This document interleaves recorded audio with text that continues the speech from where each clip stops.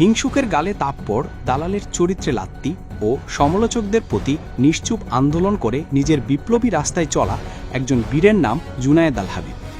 কিশোর বয়স থেকেই সংগ্রাম ও বাংলাদেশের জাতীয় ধার্মিক নেতাদের সঙ্গে চলা শুরু হয় আল হাবিবের। হাফেজজি, আমিনী, আজিজুল হক, আহমদ শফি, বাবুন নগরী, নূর হোসেন কাশিমি রহমতুল্লাহে আলাইহিমগণের সাথে আন্দোলন সংগ্রাম করে বেড়া ওঠা একজন রাজনীতিবিদ। এই মহান বীর আজ হক ও বাতিলের পার্থক্যকারী হিসেবে খতিবে বাঙ্গাল নামে পরিচিত। স্বৈরাচারের জুলুম, নাস্তিকদের আক্রমণ, দাড়ি ও পাঁচকুল্লির টুপিওয়ালা সমালোচক এবং রাজনৈতিক প্রতিহিংসার ট্রলির শিকার সেই আল হাবিবের পথকে কেউই দমিয়ে রাখতে পারেনি। ইসলামী বিরোধী ষড়যন্ত্রের বিরুদ্ধে বাংলাদেশের এমন কোনো আন্দোলন নেই যেখানে জুনায়েদ আল হাবিবের অবদান নেই। হাফেজজির ফতোয়া বিরোধী আন্দোলন, তাসলিমা বিরোধী আন্দোলন, হেফাজতের ৫ মে আন্দোলন, মোদি বিরোধী আন্দোলন, এগুলো সফলতার কারিগরের মধ্যে জুনায়েদ আল হাবিব প্রথম সারির একজন। বাংলাদেশের নির্ভয় অনর্গলভাষী মানুষ হিসেবে পরিচিত তিনি। দেশের ভিন্ন প্রান্তে সত্য কথা অনায়াসী বলে আসা এ লোকটা যতই দেশের জাতীয় নেতৃত্বের পথে এগিয়ে আসছিল, ততই তার দুশমন সমালোচনা বেড়ে ওঠে। নাস্তিক, বাম, রামের মতো স্বজাতি লেবেজদারি মুনাফিকরাও তার বিরুদ্ধে লাগতে শুরু করে।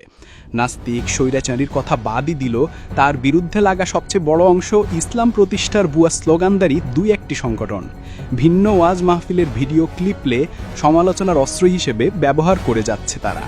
এমন যেন অবস্থা যে জুনায়েদ আল হাবিব হাগু করা শেষ না হতেই তারা নিজের থলিতে লুফে নেয়, সত্য মিথ্যা যাচাই বাছাই না করে জনগণে গুজব ছড়াতে থাকে।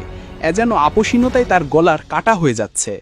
যখন মাসের পর মাস কারাগারে স্বৈরাচারী নির্যাতন সহ্য করছিল জুনায়েদ আল হাবিব, তখন দিনের বেলা ডিল মেরে রাতের বেলা মিল হয়ে হালুয়া রুটি ভাগাভাগি করছিল আমির সাহেবরা। যখন জুনায়েদ আল হাবিব অন্ধকার কক্ষে দিন কাটাচ্ছেন, তখন বড় সমাবেশ আর গোলামির মিঠাই ভাগ করে বাপদাদার সাপের গল্প শোনাতো সেই সমালোচকরা। যখন সাইদি, নিজামি, গোলাম আজমের পক্ষে ওয়াজ মাহফিলে গর্জন দিত আল হাবিব, তখন তাদের দলীয় বক্তারা শেখ হাসিনা স্বপ্ন বাস্তবায়ন করতে ওয়াজ মাহফিলে বলে বেড়াতো রাতা।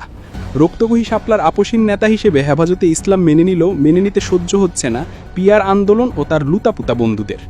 নিজেরা শেখ মুজিবকে আল্লাহর ওয়ালি ঘোষণা দিলেও জুনায়েদ আল হাবিব কেন অন্যের অবদান প্রকাশ করবেন, এটা নিয়ে রীতিমতো সমালোচনার ঝড় বইছে জিকির পার্টি ও দরবেশ বাবার ক্রেডিট নেওয়া দলের মধ্যে।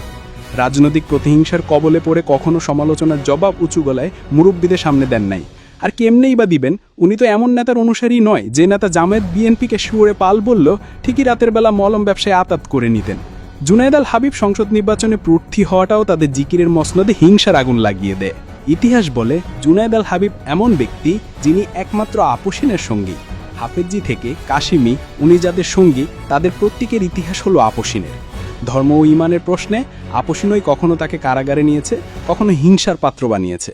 তবে সবচেয়ে কষ্টের বিষয় যখন স্বজাতি গাদ্দাররা ভ্রান্ত আকিদা আর দালালির ইতিহাস নিয়ে জুনায়েদ আল হাবিবের সমালোচনা করে, তখন যে এদের এই টুয়ো লজ্জা কেন লাগে না? অথচ আজও পর্যন্ত কেউ প্রমাণ দিতে পারেনি জুনায়েদ আল হাবিব একটাও ভুল সিদ্ধান্ত নিয়েছেন।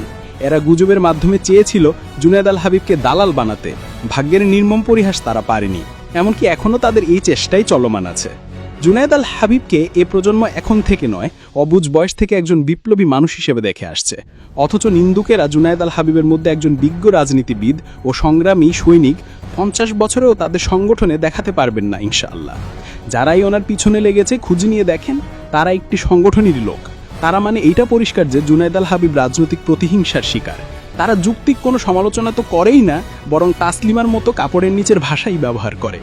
কমেন্ট পোস্ট দেখলে মনে হয় বাংলাদেশ গালিগালাজ কমিটির সদস্য ফরম কেটে কিবোর্ড জিহাদে শরিক হয়েছে। শেষ কথা বলতে চাই, জুনায়েদ আল হাবিবকে 80-র দশক থেকেই সমকালীন বাতিলপন্থী ও তাদের পা চাটা গোলামরা দমিয়ে রাখতে পারোনি, আর তুমি পারবেও না। সমালোচনা না করে জুনায়েদ আল হাবিব থেকে রাজনীতি, সংগ্রাম, সত্যের উপর অবিচলতা শিখো। হয়তো কারো নদীর পাড়ে ভালো ফলন আসবে, আবার কেউ সঠিক আকিদার উপর চলে আসবে। গোলামি করেছ 15 বছর, আবার কেউ হয়েছ 71 বিরোধী। আল হাবিবরা চায় একসাথে দেশ ও দশ ও ইসলাম রক্ষা করতে। তারা শিখে নেয় নিজের ভাইদের কারাগারে রেখে কিভাবে দালালি করে 15 বছর আন্দোলন সমাবেশ করতে হয়।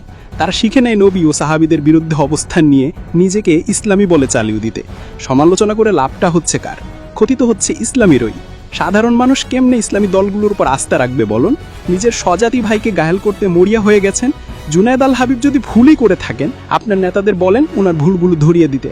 আর সমালোচনা করছেন জুনায়েদ আল হাবিবের, কাল কিভাবে শিওর হবেন নিজের নেতার বিরুদ্ধে সমালোচনা হবে না? জুনায়েদ আল হাবিবের সংগ্রামকে তো অস্বীকার করতে পারবেন না, তাহলে হুদাই কেন হিংসা করেন? পরিশেষে আল হাবিবের বিরুদ্ধে যতটা মিথ্যাচার, ষড়যন্ত্র, নির্লজ্জ ভাষায় সমালোচনা হবে, তার সৈনিক নেতা কর্মীরা মধুর ভাষায় ফুল দিয়ে এর জবাব দিবে ইনশাল্লাহ। এগিয়ে যাবে আল হাবিব, জুনায়েদ আল হাবিব জিন্দাবাদ, হিংসুক সমালোচক মুর্দাবাদ। মোহাম্মদ নাবিল খান, জয়েন্ট সেক্রেটারি, ছাত্র জমিয়ত, সিলেট জেলা দক্ষিণ।